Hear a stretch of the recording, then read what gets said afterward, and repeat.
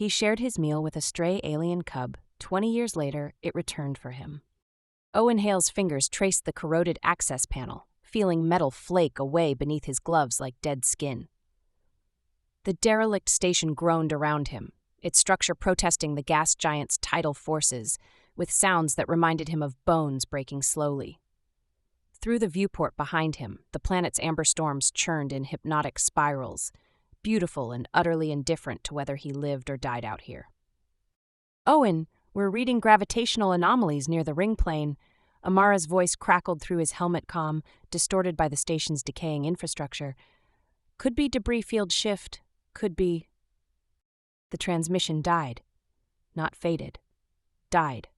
Owen's HUD flickered, then went dark.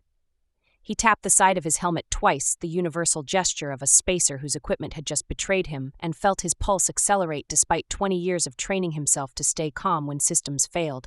His suit still had air, still had heat, but without comms he was alone in a tomb that would eventually collapse into the planet below. He moved toward the cargo bay where his cruise shuttle waited, keeping one hand on the bulkhead because the station's spin had degraded enough that his magnetic boots only half worked. The corridor lights were dead, but his suit's emergency floods illuminated walls covered in frost where failing life support had leaked atmosphere into the void. He'd seen hundreds of abandoned stations, each one a monument to humanity's optimistic expansion into spaces that didn't want them, but something about this one felt different, felt watched. The cargo bay doors were open. That was wrong. He'd sealed them before starting his salvage assessment.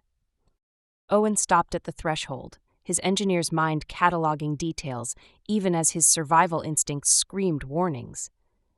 His cruise shuttle sat where they docked it, but 3 of his people stood frozen in the center of the bay with their hands raised, surrounded by figures that moved with a fluidity that made his eyes struggle to track them. Not human, not anything he recognized from the colonial databases. Then she entered, and Owen forgot how to breathe. She flowed more than walked, her upper body rising from a serpentine lower half that moved in undulating curves across the deck, plating with barely a sound. Emerald skin caught the harsh shuttle lights and seemed to glow from within, darker along her spine where her posture remained perfectly upright, lighter across her shoulders and throat where humanoid anatomy met something far older. Her hair fell in cascading crimson waves that defied the bay's low gravity, and when her golden eyes swept across the shuttle's interior with predatory precision, Owen felt the weight of that gaze like physical pressure. Black, lace-like material covered her torso, ceremonial but moving like armor. 4-fingered hands rested calmly despite coiled power visible in every line. Behind her, other serpentine figures held military positions, scales ranging bronze to emerald, but none carried her presence. She commanded space by occupying it. Owen stepped in with hands visible and empty. A bronze-scaled figure shifted, but the woman raised one hand without looking from the cargo manifest on her datapad. Her tail moved in deliberate coils, dark scales catching light in mesmerizing patterns. "Salvage permits filed with colonial authority," she said, voice carrying musical undertones his translator barely rendered. "No mention of Sivani territorial waters." Sivani. The word hit like a fist. The species humanity supposedly drove to extinction, reduced to rumors and classified documents. Except here she was, very alive, in complete control, looking at him with eyes tracking every micro-expression. "We're in unclaimed space," Amara said carefully. "No territorial markers." "You are in the shadow of Sivani patience," the woman interrupted, attention fixed on Owen, "which has limits." She moved toward him, serpentine body covering distance with liquid grace that triggered warnings about predators faster than human reflexes. She stopped close enough that he saw subtle color shifts in her skin, darker emerald bleeding across collarbones as she studied him with dissecting intensity. Her eyes widened, her skin lightened, bright emerald washing across throat and jaw. She spoke in her own language, sounds flowing like water over stones, and his translator rendered, "You fed me when I was dying." Owen's mind raced backward through memory. A remote asteroid outpost during evacuation storms, everyone scrambling for last transports while infrastructure collapsed. A a small creature trapped under debris, serpentine and scaled, with golden eyes and desperate keening that cut through chaos. He'd stopped, pulled debris away, given it half his rations because it was starving and he couldn't leave it, even knowing the transport wouldn't wait. He'd never known if it survived. He'd barely survived, arriving with seconds to spare. "That was you?" Owen's voice came out rough. "You were just a cub." "I should have died," she said, musical accent wrapping human words carefully. "Savani law is absolute in matters of life debt. You gave sustenance with no obligation, no benefit, no reason. I am Rasara, ambassador of the Savani Diplomatic Corps. I claim you under ancestral bond right." "That's abduction," Amara protested. Rasara's gaze swept Owen's crew before returning to him. Her tail moved in complex coils. "Your crew will be released unharmed," she said. "Owen Hale accompanies my ship until the debt is satisfied. This is not negotiable. This is sacred." Owen met her golden eyes and saw something beneath the diplomatic mask. Fear, not of him, of what his existence meant. "How long?" he asked. "Until the obligation is complete," Risara said, "or until you die." She turned away, issuing commands, and her security detail ushered his crew toward the shuttle with efficient gentleness more unsettling than violence. Owen watched Amara's face cycle through anger and calculation before settling on resigned acceptance. The Savani vessel curved organically, walls smooth and warm, lighting emanating from structure itself. Owen's quarters were beautiful in deliberately alien ways, flowing surfaces and bioluminescent accents, with a viewport showing his crew's shuttle separating and accelerating away on thrusters that looked pathetically crude. He was alone, truly alone for the first time since starting salvage operations. Isolation pressed like gravity on his chest. The door opened without warning. Risara entered with liquid grace, removed from her ceremonial garment. Her upper body was bare except for decorative bands across shoulders and below breasts. The sight felt like she'd shed armor for something more dangerous. "Saivani customs," she said, settling into a coil near the viewport, tail arranged in careful patterns. "Do not offer help without being asked. Do not touch without permission. Do not display uncontrolled emotion. Respect these rules, or my people will view me as weak for honoring debt to a human who undermines my authority." "Understood," Owen said, though his mind catalogued the impossibility of following rules contradicting everything his instincts demanded. Risara studied him in silence, skin shifting through subtle variations. When she spoke, her voice had lost diplomatic precision. "Why did you help me?" She leaned forward, golden eyes tracking his face. "You were evacuating. You had seconds. I was nothing. Not human, not intelligent by your assessment, just a dying animal. Why waste resources? Why risk missing your transport?" Owen thought about lying, giving her something rational, but her eyes told him she'd know, that she'd spent 20 years trying to answer this question herself.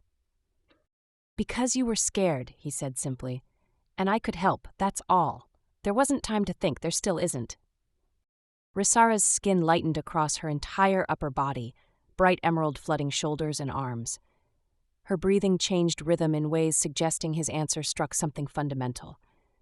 She rose without another word and left, the door sealing with a soft exhale. Owen stood alone, watching the gas giant's storms, trying to understand what he'd done to her world.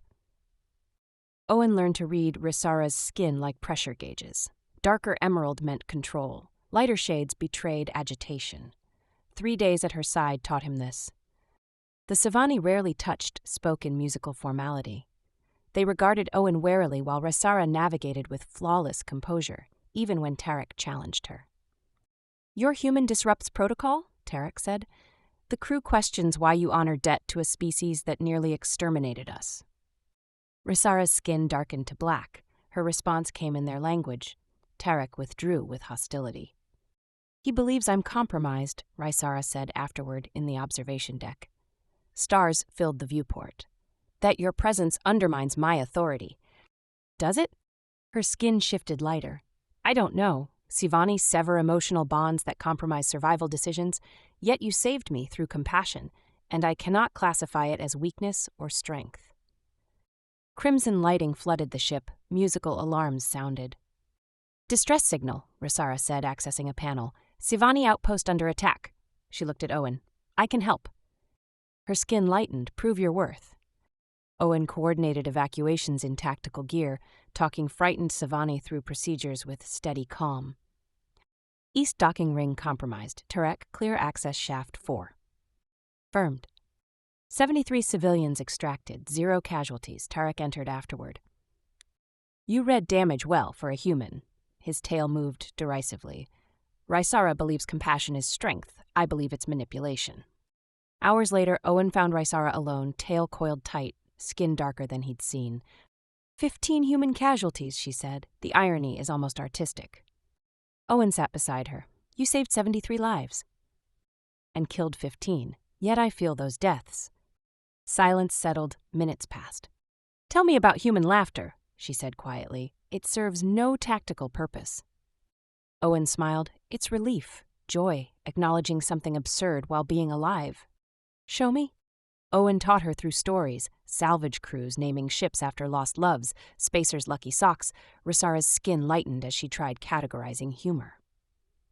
It's not logical, that's the point. I am not okay with that.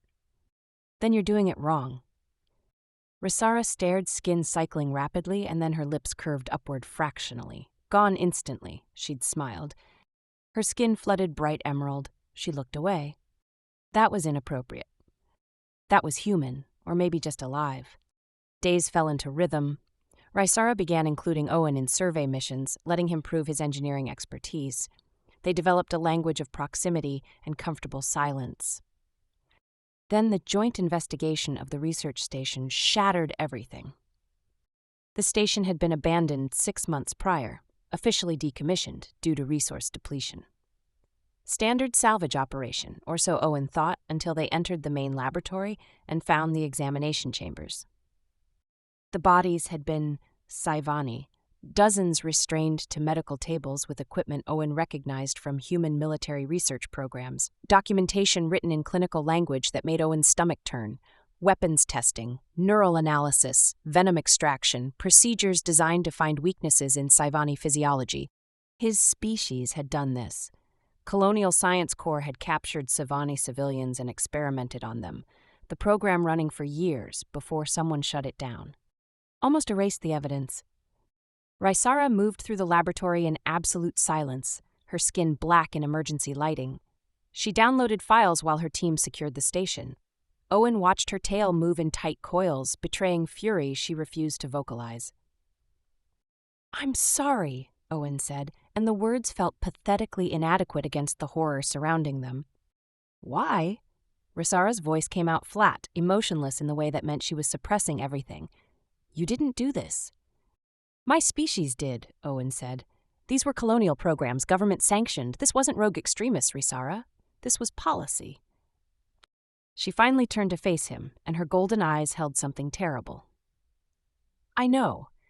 We've known about these programs for years. The Sci-Fi Council maintains files on every atrocity humanity committed during the expansion, and we teach our children that this is what your compassion becomes when it encounters resistance. Kindness wielded as manipulation. Curiosity transformed into vivisection. That's not what I am, Owen said firmly. Isn't it? Rysara moved closer, her greater height making Owen tilt his head back to maintain eye contact. You saved me. You earned my trust. You made me question everything my people taught me about human nature. And now I stand in a laboratory full of evidence that my people were right to reject emotional bonds, because your species uses them as weapons. Owen held her gaze, letting her see his face completely. If you believed that, you would have killed me already.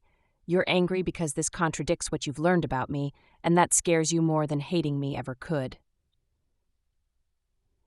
Rysara's skin shifted rapidly through shades Owen had never seen, her breathing becoming irregular. For a moment he thought she might strike him, but instead she turned away with a sound that might have been pain. The ambush came 3 hours later as they departed the station. 6 human mercenary vessels emerged with weapons armed, communications clear. Eliminate witnesses. Rysara's vessel engaged, but mercenaries fought with desperate courage. The ship shuddered under impacts. Owen watched tactical displays while Rysara issued orders in rapid, musical phrases. He saw the pattern before she did. They're using colonial military tactics, Owen shouted over weapons fire. Formation 7 Gamma, designed for overwhelming larger vessels through coordinated strikes on power distribution nodes. Rysara's head snapped toward him. How do you counter it? You don't, Owen said. You exploit it. The formation requires constant communication between ships. If you jam their primary frequency and force them to secondary channels, there's a 3-second lag while they recalibrate. That's your window. Rysara's skin lightened with something that looked like hope. She issued commands, her crew executing with immediate precision, and the Savani vessel deployed jamming protocols that turned the mercenary formation into chaos. 3 seconds. Rysara's weapons team destroyed the lead attack ship, and the remaining vessels broke formation in panic.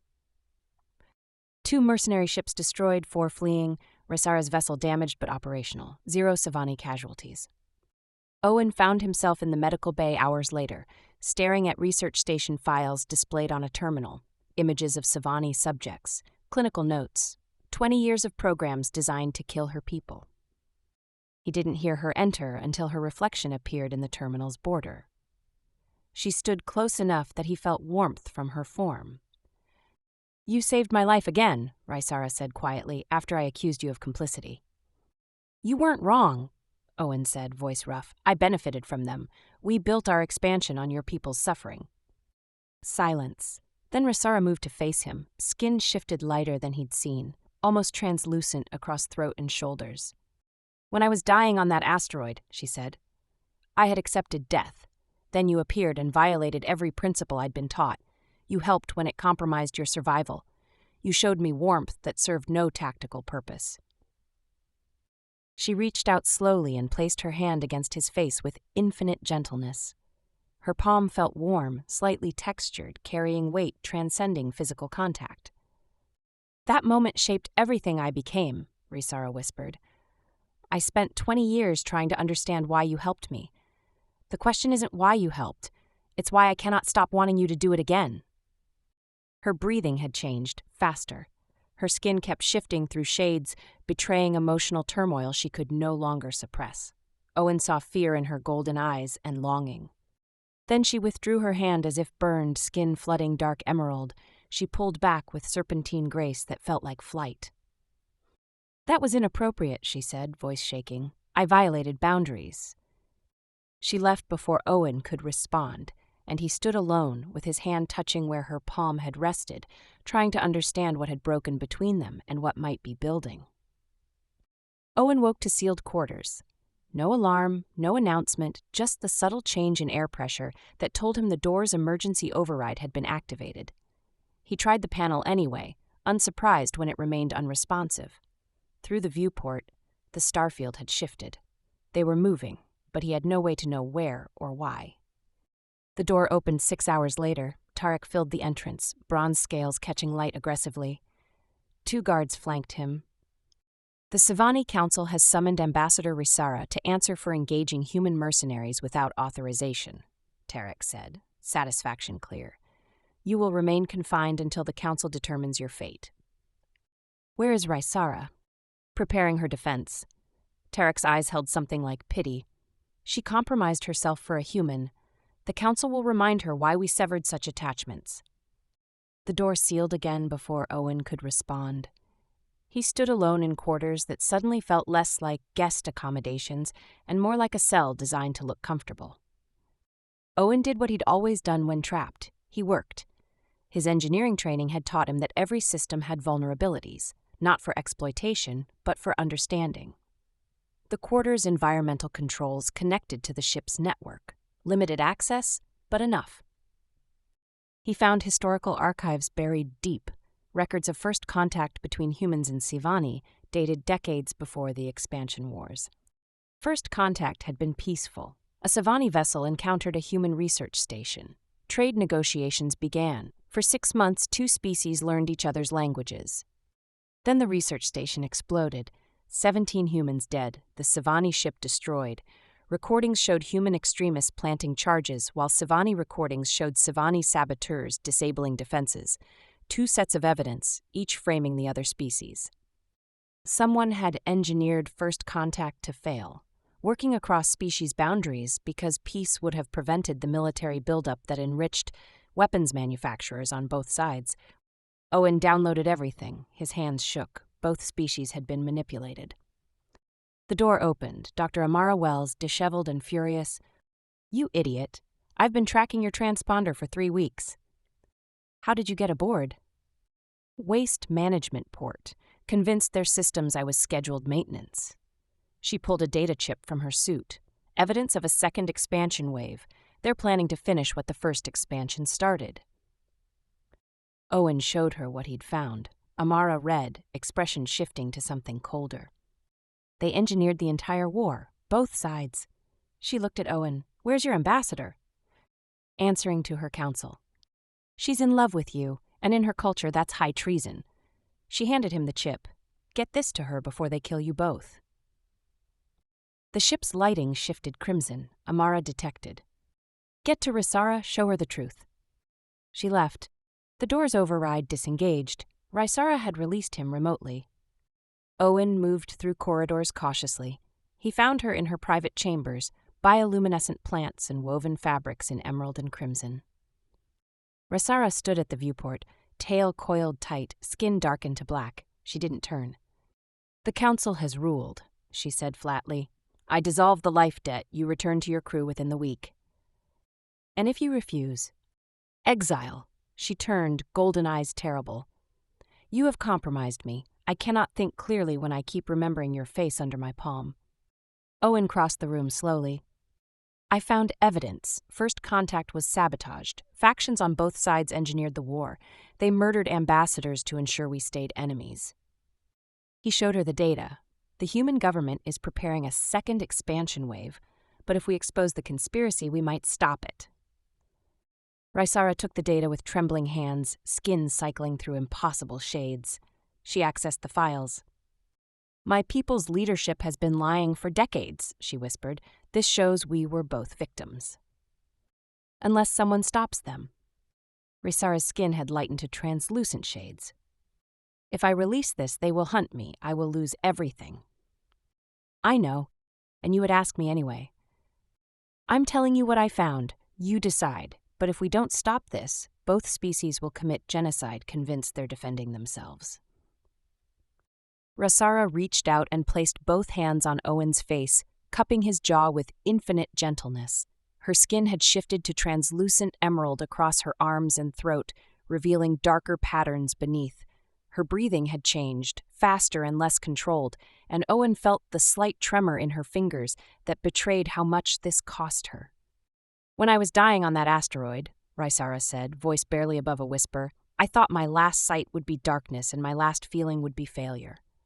Then you appeared and showed me something I had never seen in my entire life.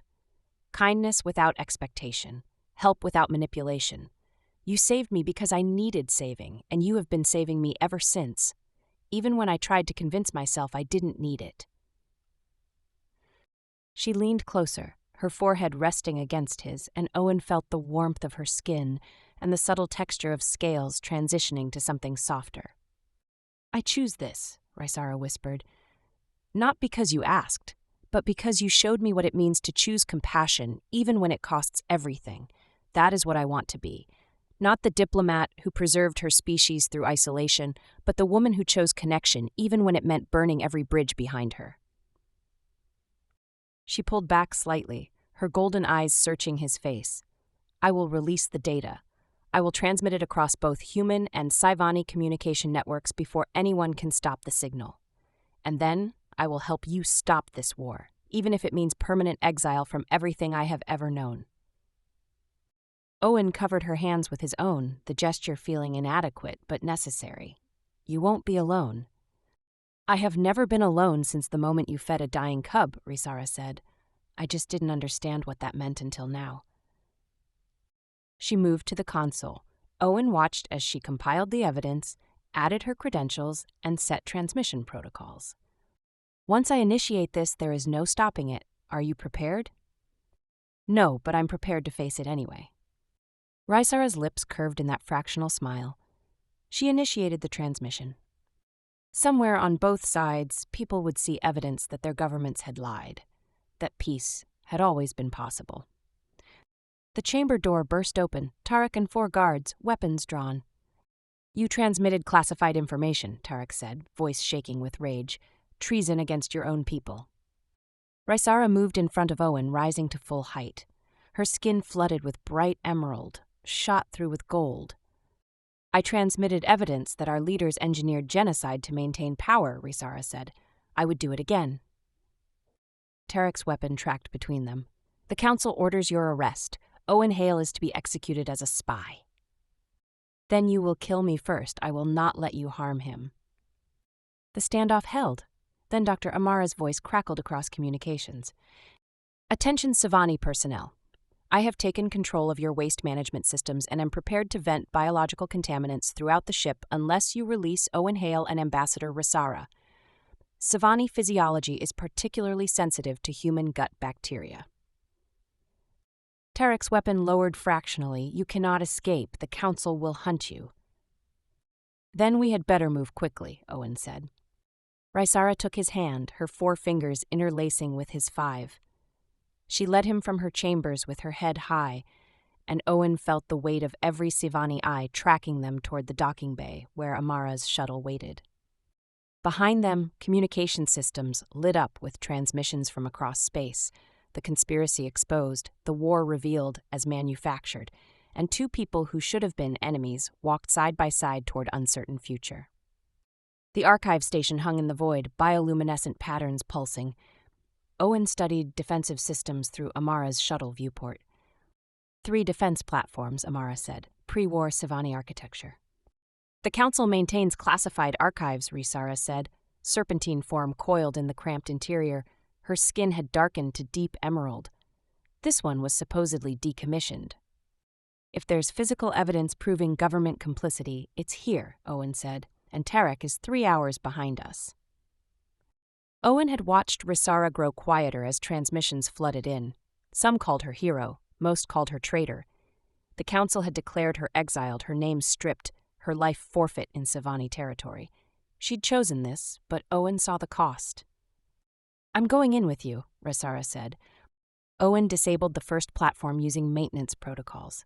The second required a false distress signal. The third opened fire. Amara piloted through evasive maneuvers while Owen deployed countermeasures. Rysara rerouted power to shields. They docked seconds before targeting locked. Inside, the archive was cold and dark. Owen activated suit floods, illuminating organic corridors. "Records in the central core," Rysara said. "Biological matrices requiring genetic authentication, which they expect me to have destroyed after exile. Using my key confirms my location." Then we move fast. They moved as a unit. The central core resembled a living organism, walls lined with bioluminescent matrices. Rysara placed her hand against the organic interface. The terminal rejected her, her skin flooded with shock. "They've removed my genetic key. I am erased. I no longer exist in Savani records." Owen moved beside her. "Then we find another way." Amara interfaced through physical ports. "Give me 5 minutes." The station's defenses activated. Tarek had arrived. Owen felt air pressure shift. 3 minutes. Rysara moved to the entrance, positioning herself between Owen and whatever was coming. Claws extended. Tarek entered with 4 armed guards. His bronze skin had darkened to black. "Surrender the human. Accept reconditioning. You can return once your emotional compromise has been corrected." Rysara's skin shifted to bright emerald shot through with gold. "I am not compromised. I am awake. Our people engineered themselves into isolation because leaders feared emotional bonds. We cut away our capacity for connection and called it strength. But Owen showed me what we lost. He saved me not to serve his interests, but because I needed saving. That is what we should have been all along." "You betray your species for a human who will die in decades while you live for centuries." "I choose everything your council tried to take. Yes, Owen will die before I do. Every moment will be more precious because I know it ends. That is being alive." Amara's voice cut through. "Got it, and someone initiated self-destruct. 8 minutes before this becomes debris." Tarek's skin shifted with surprise. "We initiated no such protocol." Someone doesn't want this evidence leaving, Owen said. The terminal lit up with recordings of sabotage, financial transfers, correspondence proving both governments maintained the lie. Decades of manufactured hatred exposed. Amara downloaded everything, 6 minutes. I can seal you in, Tarek said, ensure the evidence dies. But you wouldn't, Owen said, reading Tarek's conflict. If your culture is built on lies, what are you protecting? You risk my species on the possibility that truth is worth more than stability. I have lost everything, Risara said quietly. But either way, the data has been transmitted. This just provides physical proof. 4 minutes, the station groaned. Tarek decided, if you die, you become martyrs. Better you live as exiles. He turned to his guards. We're evacuating. Let them take their evidence. They ran through buckling corridors toward docking ports. Owen and Risara moved as synchronized entities. They reached the bay as atmosphere vented. Tarek's team accelerated away. Amara fired engines. They cleared with 40 seconds remaining. Owen watched the archive convert to expanding debris. Where now? Amara asked. Owen looked at Risara, whose skin had begun lightening. The asteroid. Where this started. 3 months later, Owen stood in the reconstructed outpost where he'd saved a dying cub. The facility had been transformed into a research station, fostering communication between species, funded by reparations both governments provided. Ships arrived daily, human and Savani vessels docking for the first time since sabotaged first contact. Scientists, diplomats, survivors building something better. Risara moved through the facility with a grace that had slowly returned over the past months. Her skin shifted through natural color patterns again, responding to emotion rather than suppressing it. She'd become something neither fully Savani nor trying to be human. Just herself, finally, after a lifetime of diplomatic masks. Owen found her in the observation deck watching ships approach, her serpentine tail coiled in patterns that suggested contentment rather than stress. He stood beside her and she reached out to take his hand without looking, her 4 fingers interlacing with his 5. The Savani Council sent a message, Risara said. They acknowledged the conspiracy. They've begun dismantling the isolation protocols that governed our culture for decades, and they've requested that I return to help guide the transition. Owen felt his chest tighten. Will you? Risara turned, golden eyes steady. No, I spent my life serving a council that valued stability over truth. Now I serve something more important. She placed her hand on his chest. I serve this. Connection. The future we're building. Through the viewport, ships continued arriving. Scientists who'd studied ways to kill each other now comparing notes. Children watching with curiosity rather than hatred. Do you regret it? Owen asked. Everything you lost? Risara's tail curled around his leg. Her skin lightened to translucent emerald. I regret nothing. You fed a dying cub because she needed help. I chose exile because you taught me need is not weakness. We built this because both species needed proof that peace was possible. She leaned closer, forehead against his. Every choice led here. How could I regret that? Owen covered her hand, feeling warmth and texture familiar as his own heartbeat. Outside, another ship docked, Saivani design flying joint colors carrying delegates for the first official peace talks. What do we do now? Risara's lips curved in that smile. We continue. We teach. We prove that the space between human warmth and Savani wisdom is foundational. We show both species what they could have been if fear had not ruled them, and we do it together, for however long we have, because that is what love means, choosing each other despite cost, despite difference, despite the certainty that nothing lasts forever. Owen kissed her, a gesture they'd learned over months. Her lips tasted like bioluminescent plants, and her skin shifted through colors that meant happiness and desire and belonging. When they pulled apart, ships continued arriving, both species finally meeting with curiosity rather than weapons, hope rather than hatred. Thank you, Risara whispered. For what? For feeding a dying cub, for showing me what my people abandoned, for teaching me that choosing connection over isolation is not weakness but the strongest thing anyone can do. Her tail tightened around his leg. For being exactly who you are. Outside, stars wheeled with indifferent beauty. But here, in this outpost built from hatred's ruins, two species were learning each other's languages again. Humans discovering that Sivani restraint was survival adaptation. Sivani learning that human impulsiveness was optimism.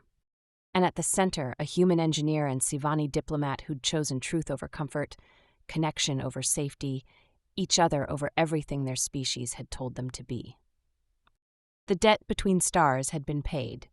What remained was choice, and they chose each other, again and always, proving that the greatest distance in the universe was not between species, but between fear and love, and that distance could be crossed by anyone brave enough to try.